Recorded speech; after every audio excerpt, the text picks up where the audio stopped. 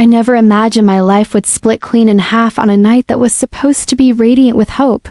The memory still plays like a scene trapped behind glass, untouchable, slow, and unbearably clear.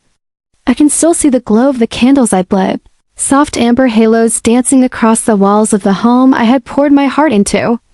The aroma of time-roasted chicken drifted through the air, and the faint sweetness of vanilla teased the edges of the room. Everything was warm, welcoming, and ready for the kind of news that was meant to change a life for the better. But the universe had a sense of irony that bordered on cruelty. The front door didn't simply open that evening. It slammed inward as if struck by a violent gust. My husband, well, the man I still believed was my husband in every sense that mattered, walked in with a stiffness I recognized immediately. A stiffness that meant something was wrong, though I couldn't have fathomed how wrong until I saw the figures stepping in behind him. His mother marched in with the rigid posture of someone entering a battlefield, and trailing her was a woman I had never seen before. A woman who clung to my husband's arm with the casual confidence of someone who believed she belonged there. Her dress shimmered under the candlelight, expensive enough that even without touching it, I knew the fabric cost more than anything hanging in my closet. And then I noticed the delicate arc of her hand resting over her stomach, a gesture that sent a cold pulse through my chest before anyone said a word. My voice came out hollow when I finally forced myself to speak. "Who is she?" My husband didn't answer. He didn't even lift his eyes to my face. Instead, his mother, Marjorie Halley, stepped forward as though she had been rehearsing for this moment her entire life. Her smile was tight and triumphant, the kind of expression that made your stomach twist before a single syllable left her mouth. "Allow me to introduce Clarissa Vaughn," she said, waving at the woman in the doorway as if unveiling a prized possession. "Clarissa is expecting a child. My son's child." A real continuation of the Halley family line, something new regrettably failed to provide. Her words sliced straight through me. I felt as if the ground under my bare feet shifted, forcing me to clutch the back of the nearest chair just to stay upright. I glanced at my husband, Evan Hale, begging silently for him to contradict her, to tell me this wasn't real, to defend me, to show even a faint spark of loyalty, but he stood motionless, his gaze fixed on the floor, the muscles in his jaw twitching as if he were bracing for impact. The silence that stretched between us was louder than any confession. He didn't need to say a single word. His stillness said everything. Marjorie continued, each sentence dripping with poison she had saved for years. "Clarissa comes from a far more suitable family, connected in ways you could never dream of. And now she carries the heir our lineage deserves. You should accept your fate with grace." Just hours earlier, I had been sitting on the bathroom floor both laughing and crying as I held a pregnancy test displaying 2 bold lines I had prayed for, ached for, and convinced myself would heal every fracture between Evan and me. Doctors had said the odds were against us. Month after month of negative results had almost broken me. But I kept my hope close like a fragile seashell cupped in my palms, and that morning, hope had finally answered back. Now I stood there with the secret of my pregnancy pressed against the inside of my trembling palm as I laid it over my stomach like a shield. Nobody else in the room knew that beneath my soft sweater a heartbeat was quietly fighting its way into the world. I wanted to scream the truth in their faces, shove the ultrasound into Evan's chest and ask him how he could dare betray me while his own child was forming inside the woman he was abandoning. But something held me back, not fear, not pride, but a dawning clarity. My child wouldn't be a weapon. I refused to let their cruelty stain the first days of the life I was carrying. I wouldn't tie my baby to the kind of people who saw others as stepping stones. My silence, once a weakness in their eyes, became the only power I had left at that moment. Marjorie pulled out a crisp white envelope and slapped it onto the coffee table hard, enough to send a jolt through my bones. "This is a check. $150,000. Along with the divorce papers my son has already signed. Take the money and go. Leave this house, leave this family, and consider it generous compensation for the 5 years you wasted." Her voice echoed in the room, filling every corner. The check stared back at me like a cruel joke. I lifted my chin, forcing my breath to slow so my voice wouldn't crack when I spoke. "Compensation?" I murmured, though the word tasted bitter. "For what?" "For pretending you could ever be enough," Clarissa chimed in with a smirk. Her fingers traced lazy circles across her belly as if emphasizing her victory. Evan has chosen his future. A woman who can give him what you never could. Please don't make this messy. Take the offer, sweetheart. The endearment was an insult. A slap she hadn't needed to raise her hand to deliver. My husband. The man who once held my hand and told me we were unstoppable together. Stared at the floor as though terrified of what he'd see if he lifted his eyes. Not once did he step forward to defend me. Not once did he challenge their cruelty. He stood there letting the woman he'd married be ripped apart by venomous words while another held onto his arm, like she already owned him. The betrayal hollowed me out from the inside, leaving behind a cavern where my heart used to be. But beneath the cold numbness, something hotter began to rise, a spark of fury, of insulted dignity, of awakening self-worth. Something inside me clicked into place. I stepped forward, took the check from the table, and held it between two fingers as if it smelled foul. Their expectant smiles widened, and then, slowly, deliberately, I tore it in half. Then again. And again. And again. Tiny shreds fluttered through the air like snowflakes, drifting to the polished floor while Marjorie gasped as if I committed some unspeakable crime. Clarissa's face twisted into disbelief. Evan finally looked up, his eyes wide, startled out of his cowardly trance. Keep your money, I whispered, each word sharp and steady. I'm leaving because I refuse to breathe the same air as any of you for one more moment. Not because you bought my exit. Their shock was delicious in a hollow, heartbreaking way. I signed the divorce papers with a flourish, placed the pen neatly beside them, then turned and walked to the bedroom without another word. I could hear Marjorie shouting behind me, her voice cracking with outrage. You'll regret this. You'll regret walking out with nothing. But she was wrong. The real regret was staying as long as I had. I packed a single suitcase, just clothes, essentials, things that meant something to me personally. I didn't want anything they could claim belonged to the Hawley family. When I walked back out, the three of them were frozen in the same positions, still processing the fact that the meek woman they expected to crumble had walked away instead. I brushed by them without lifting my gaze. The front door closed behind me with a quiet click that sounded like liberation. Outside, the night wind cut sharp against my cheeks, but it felt invigorating rather than cold. I held one hand over my stomach in a natural, protective gesture. They had thrown out two people that night, though they didn't know it. They had declared war on someone they believed was powerless, fragile, easily dismissed. They didn't know the dormant part of me that had slept for years was beginning to rise. The part that had once built an empire in silence. The part that had let Evan shine while I hid in the shadows.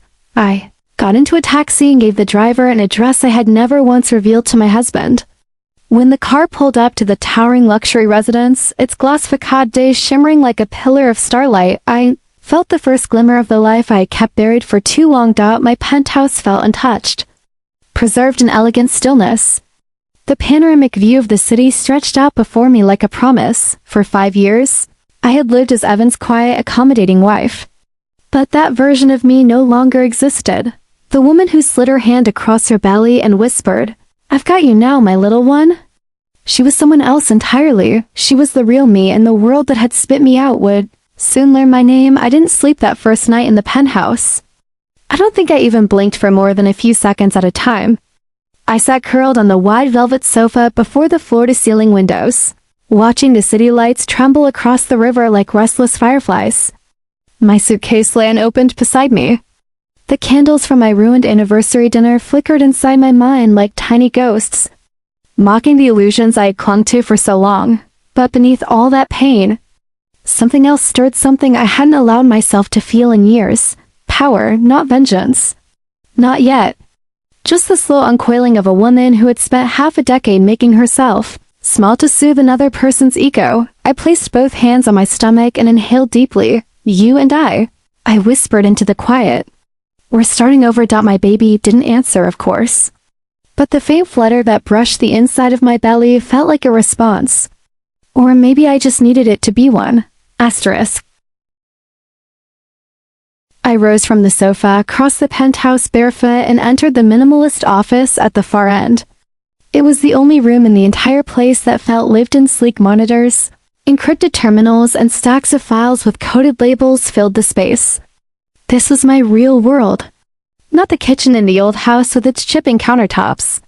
Not the tiny brokerage firm where I pretended to be a modest junior analyst earning enough to get by. Here, I wasn't anyone's wife. Here, I wasn't playing small. Here, I held billions of dollars in quiet influence and had shaped the financial fate of companies without any of their executives ever realizing the hand guiding their rise or fall belonged to a quiet woman with sad eyes and a patient smile. I sat down, booted up the secure system, and reached for my encrypted phone. Anthony answered on the first ring. "Evening, ma'am. I was expecting your call." He always seemed to know when I was about to step out of the shadows. That was why I trusted him with the things I trusted no one else with, including the empire I'd built in silence. "I want to initiate full withdrawal," I told him calmly. "Every cent of indirect support that ever touched the Hill Stevenson Medical Center. Anything tied to Evan Hawley must be severed immediately." Anthony didn't ask why. He never did. Understood. "It will be done within the hour."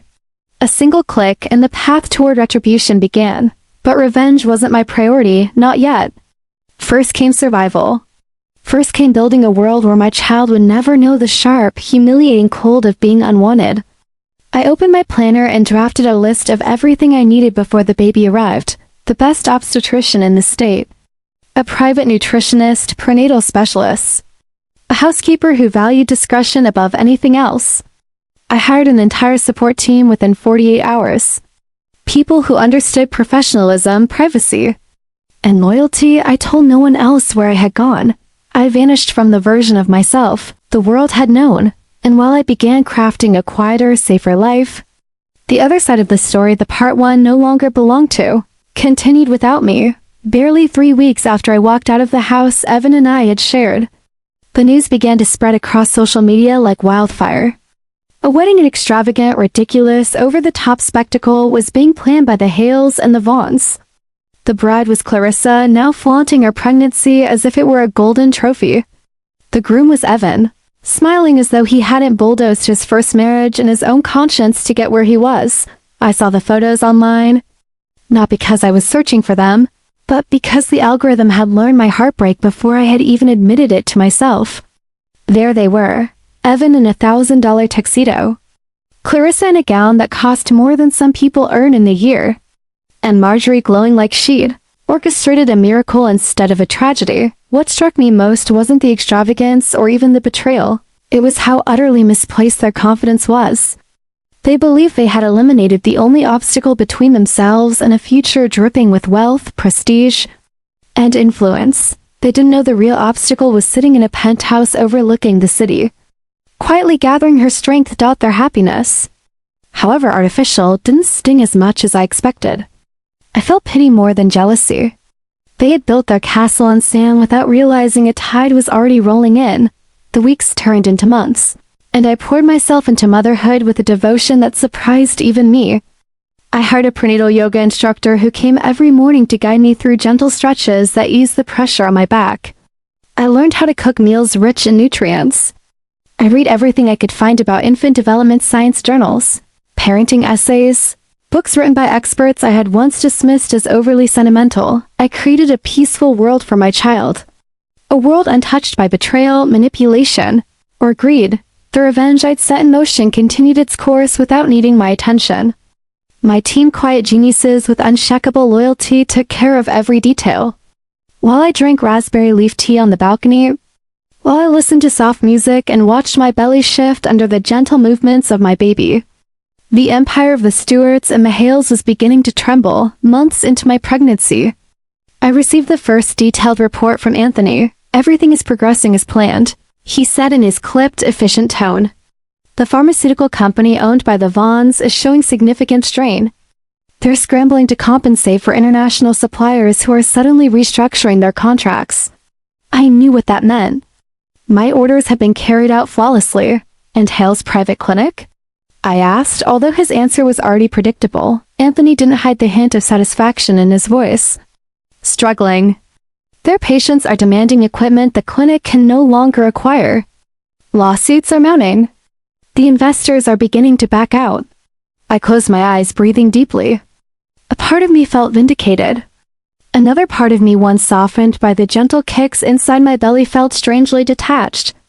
I had imagined this moment would bring me wild triumph, but instead I felt calm, almost distant, like someone watching a storm from behind shatterproof glass. Their suffering wasn't my life anymore. My baby was, still. The consequences of their choices were rippling outward as planned. Evan's clinic faltered, then staggered, then began its slow but inevitable collapse. His mother, once so haughty, discovered that wealth obtained through marriage could evaporate just as quickly as it appeared. Clarissa's father's empire began to crumble, each scandal surfacing at the perfect moment, each financial blow driven by forces they couldn't identify or anticipate. They blamed the economy. They blamed foreign suppliers. They blamed mismanagement. They never suspected the quiet woman. They had tossed aside like trash, and I continued preparing for the arrival of my baby. Blissfully removed from their downward spiral, then the contractions began. It was a quiet Tuesday afternoon when my body delivered the message. The baby was coming early. I was halfway through a gentle yoga pose when a jolt of pressure tightened around my abdomen. I inhaled sharply, gripping the edge of a nearby table to steady myself. Sweat began to bead along my forehead. My instructor rushed forward, her calm demeanor evaporating as she realized what was happening. Within minutes, Anthony had called the emergency transport team, and I was being rushed through the city in the back of a private ambulance. The wail of sirens cut through the air as I clutched my belly and tried to steady my breathing. The paramedics moved with precise coordination, reassuring me in soft tones while they monitored my vitals. I wasn't afraid for myself. I was afraid for the little life who had carried me through months of quiet healing. He was my anchor, the reason I had risen from ash instead of sinking into despair. I whispered promises through clenched teeth, praying he could hear me through the veil of pain. When they wheeled me into the hospital, I was comforted by the luxurious surroundings. The private birthing suite I had booked months earlier was ready for me. The lights were dim just enough to soften the room, and the medical staff seemed calm and composed as they prepared everything for the delivery. Then everything went sideways. The attending nurse rushed in, looking pale and breathless. "Miss Rowan," she said, Rowan being the last name I used legally outside the marriage, "your primary obstetrician, Dr. Hawthorne, has been in an accident. He won't be able to make it." Panic ignited behind my ribs. "What do you mean he won't make it?" "He's alive," she said quickly, "but he won't be performing your delivery today. However, we have an excellent surgeon on call. He's new to our staff but exceptionally skilled. You'll be in capable hands." Capable hands. The phrase barely registered. A wave of pain crashed through me, dragging a cry from my throat. The nurse squeezed my shoulder, murmuring reassurances as she hurried to fetch the new doctor. The door swung open. A tall man in blue surgical scrubs strode inside with an air of calm authority. His mask obscured his features, but something about the eyes made my stomach drop. They flicked over the monitors, the chart, then me, patient Lila Rowan, 30 years old. 40 weeks. Breech presentation. Fetal distress possible. His voice deep, controlled, and so achingly familiar sent cold fingers crawling up my spine. No. No, lifted his gaze, locking eyes with me. "Evan?"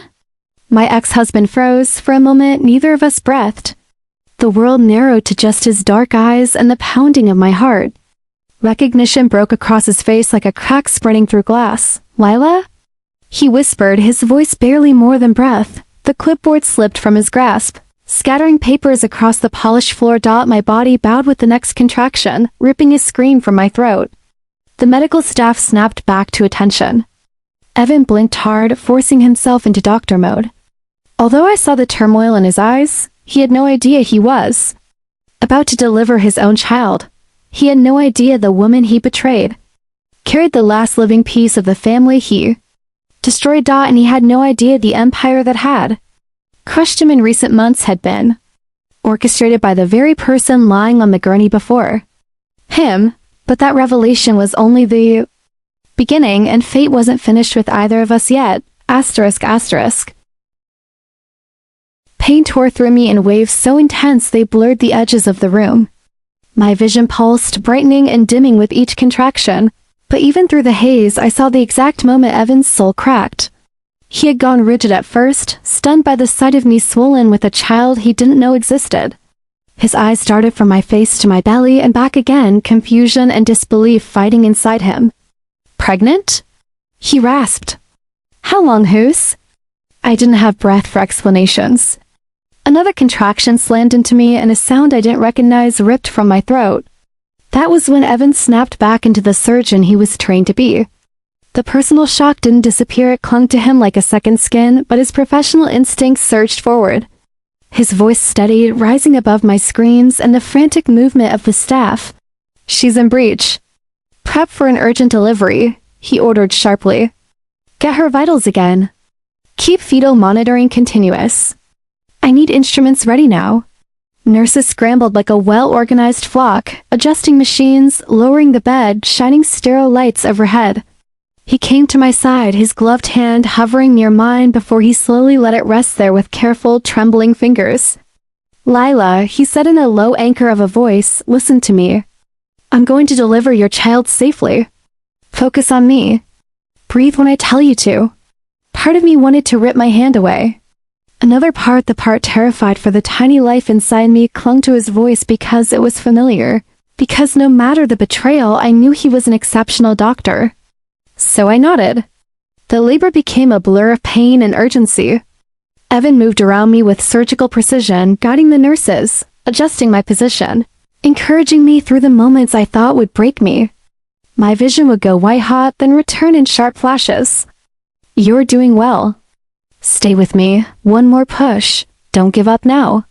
His voice was the metronome that kept me tethered to consciousness. And then, after what felt like hours compressed into minutes, a cry pierced the air. A newborn's cry. Raw, angry, beautiful. My son. They placed him into Evan's hands first because he was the attending doctor. For a moment he just stood there, holding the tiny, warm bundle, staring down at the infant's face as if the world had stopped turning. The resemblance was undeniable. The curve of a little boy's brow. The shape of the lips. The soft dark hair already curling slightly at the crown. It hit Evan like a blow. He looked at me, his voice trembling. This boy, he looks. He couldn't finish. I didn't speak. I didn't need to. The truth hung between us, heavy and unspoken. He held our son for a long moment, his hands trembling before gently placing him into my arms. The warmth of my baby's body against my chest dissolved every trace of pain. I cried silently, brushing a thumb across his cheek, memorizing the softness of his features. I thought Evan might collapse right there. His face crumpled as if the weight of every choice he'd ever made had come crashing down all at once. His shoulders shook. A choked, horrible sound escaped him. He sank to his knees beside my bed. I didn't know, he whispered hoarsely.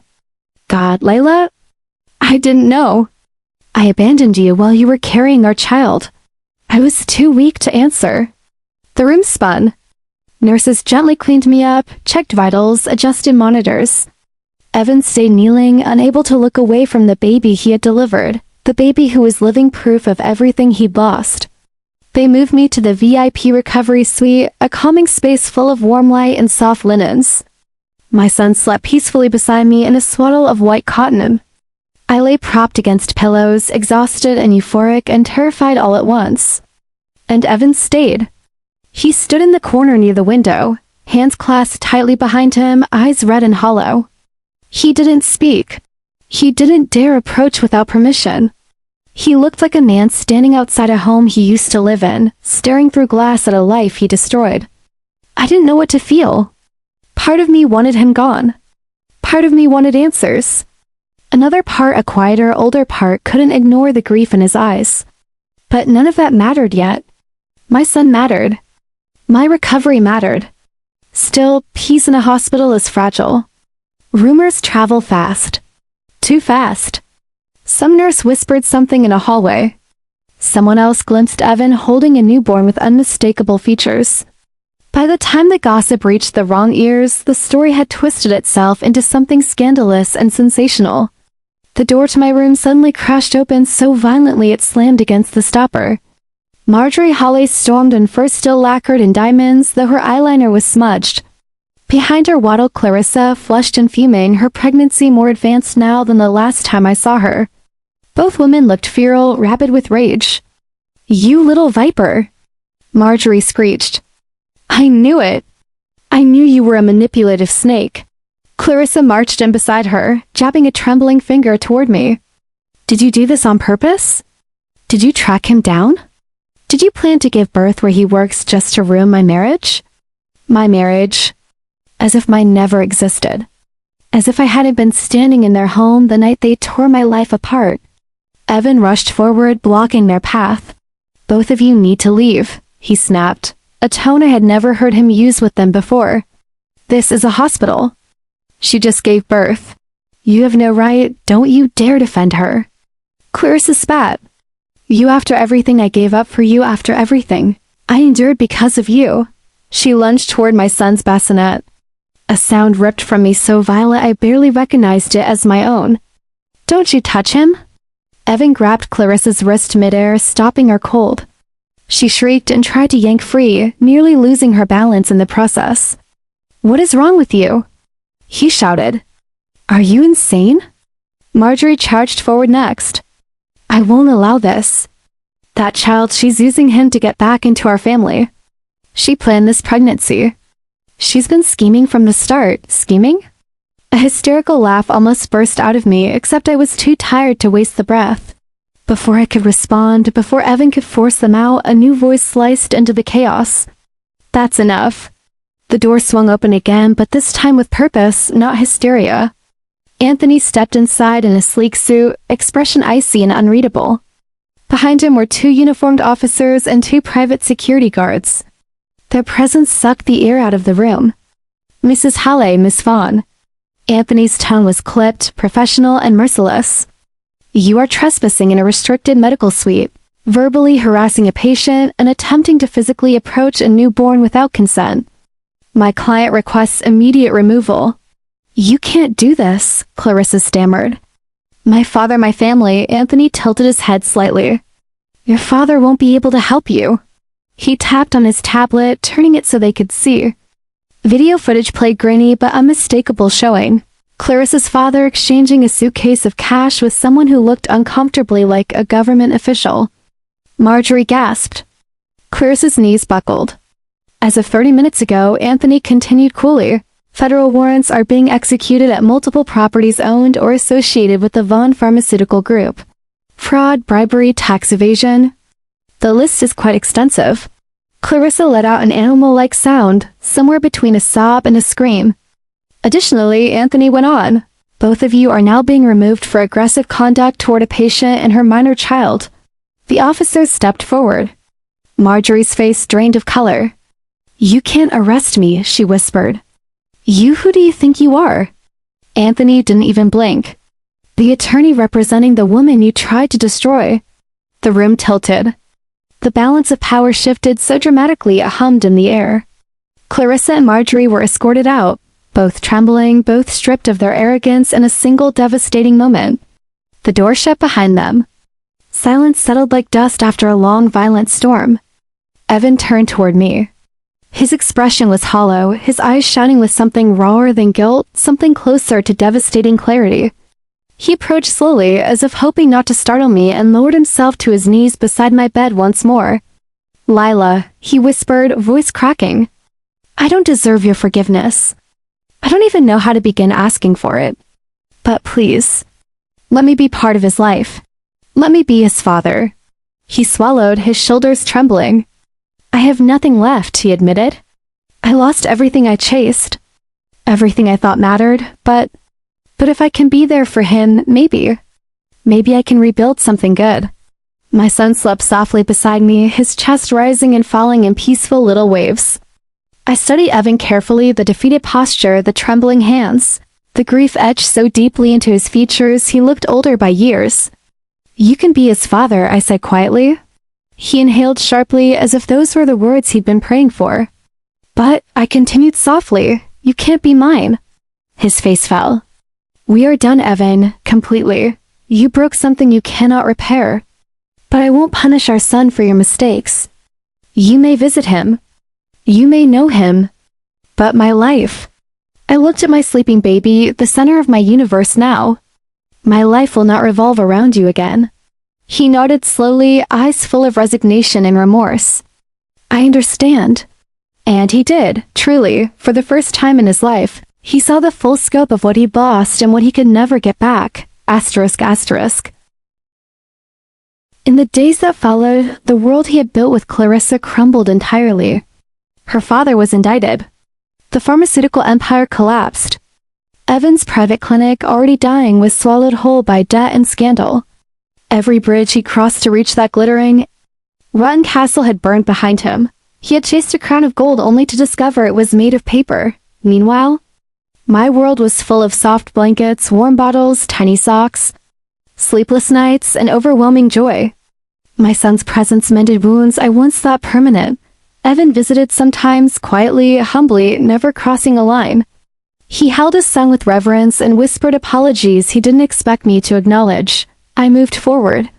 Not with revenge, not with bitterness, but with peace, and that peace was worth more than anything I'd ever lost. Asterisk, asterisk.